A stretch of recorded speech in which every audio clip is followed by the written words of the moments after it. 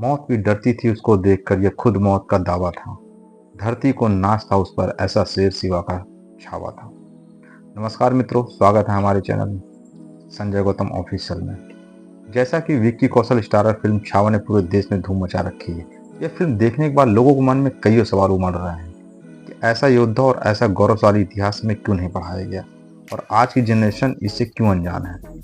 मैं तो धन्यवाद देना चाहता हूँ छावा मूवी के डायरेक्टर लक्ष्मण उतेकर साहब और उम्दा एक्टिंग करने वाले विक्की कौशल जी का, जो इतने रोचक और इमोशन के साथ उन्होंने हमारे गौरवशाली इतिहास को के सामने ला खड़ा किया। आज हम एक ऐसे वीर योद्धा की गाथा लेकर आए हैं जिनकी वीरता की गूंज आज भी इतिहास पन्नों में दर्ज है, लेकिन अफसोस है कि हमारी पाठ्य पुस्तकों में उनके बलिदान को उतनी जगह नहीं दी गई। यह कथा छत्रपति संभाजी महाराज की है, जिसकी शौर्य गाथा को दबाने की कोशिश की गई, लेकिन सच को हमेशा के लिए छिपाया नहीं जा सकता। छत्रपति संभाजी महाराज की वीरता की बात करें तो छत्रपति संभाजी महाराज सिर्फ एक राजा नहीं थे, वे हिंदवी स्वराज की रक्षा करने वाले एक महान योद्धा, कूटनीतिज्ञ और धर्म रक्षक थे। जब मुगल बादशाह औरंगजेब ने उन्हें बंदी बनाया तो उन्हें 40 दिनों तक अमानवीय यातनाएं दी गईं। उनसे जबरन इस्लाम कबूल करने के लिए कहा गया, लेकिन उन्होंने अपनी अंतिम सांस तक स्वधर्म और स्वाभिमान की रक्षा की। लेकिन सवाल यहाँ यह है कि इतना महान योद्धा और हमारी किताबों में क्यों नहीं पढ़ा गया। हमारे देश का इतिहास लिखने का कार्य अलग अलग समय पर विभिन्न इतिहासकारों ने किया, लेकिन बहुत से इतिहासकारों ने मुगलों और विदेशी आक्रमणकारियों को महिमा मंडित किया, जबकि भारतीय योद्धाओं के बलिदान को कम करके दिखाया। अगर संभाजी महाराज की वीरता को प्रमुखता दी जाए तो मुगल शासकों की क्रूरता भी उजागर होती है, जिससे कुछ लोगों ने दबाने का प्रयास किया। दूसरा कारण, जब भारतीय इतिहास पढ़ाया जाता है तो ज़्यादातर मुगल, ब्रिटिश, अन्य विदेशी शासकों के बारे में बताया जाता है, लेकिन उन योद्धाओं के बारे में कम बताया जाता है जिन्होंने भारत को बचाने के लिए प्राणों की आहुति दी। मराठाओं ने 100 वर्षों तक मुगल से संघर्ष किया और अंततः उनके साम्राज्य को समाप्त कर दिया, लेकिन इस महान संघर्ष को इतिहास में उतनी प्रामुख्यता नहीं मिली जितनी मिलनी चाहिए थी।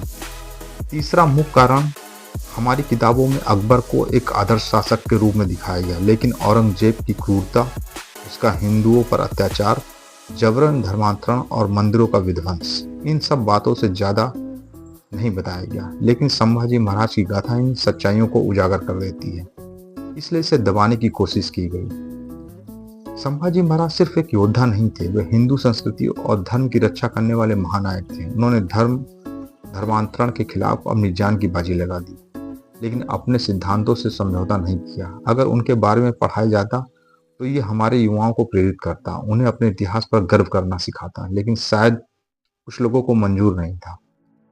आज हमारे बच्चों को विदेशी शासकों की उपलब्धियों के बारे में पढ़ाया जाता है, लेकिन हमारे अपने उन नायकों की कहानियां किताबों में जगह पाने के लिए संघर्ष कर रही हैं। संभाजी महाराज जैसे योद्धाओं को किताबों से बाहर रखने का मतलब है कि हम अपने महान विरासत से अनजान रह जाएं। क्या अब यह बदलाव हो सकता है?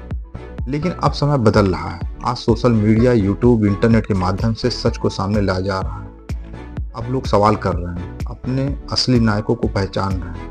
कुछ राज्यों ने तो इतिहास के इन गुमनाम योद्धाओं को अपने पाठ्यक्रम में शामिल करना शुरू कर दिया है।